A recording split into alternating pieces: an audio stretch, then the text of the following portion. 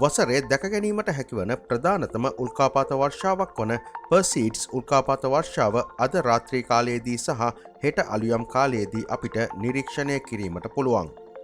මෙම උල්කාපාත වර්ෂාව පර්සීඩ්ස් වශයෙන් නම් කිරීමට හේතු වී තිබෙන්නේ එය අපිට දැක ගැනීමට හැකිවන්නේ පර්සියස් නම් තාරුකා රාශිය ආශ්‍රිතව වීම නිසයි. අපි ඊළඟට මෙම උල්කාපාත වර්ෂාව නිරීක්ෂණය කරන ආකාරය දෙස අවධානය යොමු කළොත් අද දින මධ්‍යම රාත්‍රියේදී පමණ පර්සියස් තාරුකා රාශිය ශ්‍රිතජයෙන් ඉහළට මතුවීමට පටන් ගන්නවා. එය එතැන් සිට පසුදා අලුයම් කාලය දක්වා රාත්‍රී අහසේ ඉහළට ගමන් කිරීමක් සිදුවනවා. එනිසා මෙම උල්කාපාත වර්ෂාව බැලීමට හොඳම කාලය වන්නේ හෙට අලුයම 4 සිට 5 දක්වා කාලයයි.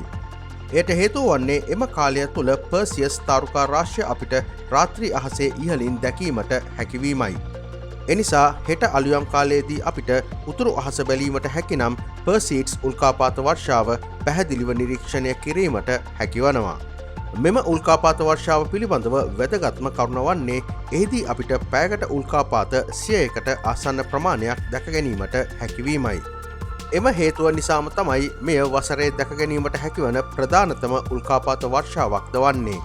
ඒවාගේම මෙම උල්කාපාත වර්ෂාව ඇතිවන ආකාරය දෙස අවධානය යොමු කළොත් එය ඇතිවන්නේ 109P ස්විෆ්ට් ටටල් නම් වල්ගාතරුව ගමන් කළ ගමන් මාර්ගය හරහා පෘථිවිය ගමන් කිරීමේදී එම වල්ගාතරුවෙන් ඉවත් වී ගිය කුඩා අංශුන් කොටස් පෘථිවි වායුගෝලය සමග අන්තර්ක්‍රියා කිරීමෙන්. හරියටම කියනවා නම් මෙම කුඩා වැලි කැට අයිස්වැනි අංශුන් පෘථිවි වායුගෝලය සමග ඝට්ටනය වී දැවි විනාශ වී යාම තමයි අපිට උල්කාපාත වර්ෂාවක් වශයෙන් පෘථිවියේ සිට නිරීක්ෂණය කිරීමට හැකිවන්නේ.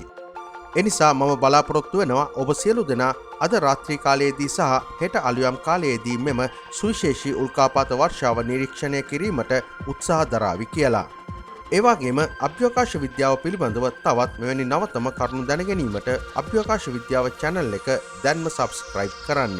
ඒවාගේම පෘථිවිය මතු පිටින් උල්කාශ්ම සොයාගන්නා ආකාරය පිළිබඳව දැනගැනීමට වම් පස ඇති වීඩියෝව හෝ පෘථිවිය සමග ගැටුණ ග්‍රහකයක වීඩියෝවක් බැලීමට දකුණු පස ඇති වීඩියෝව බලන්න.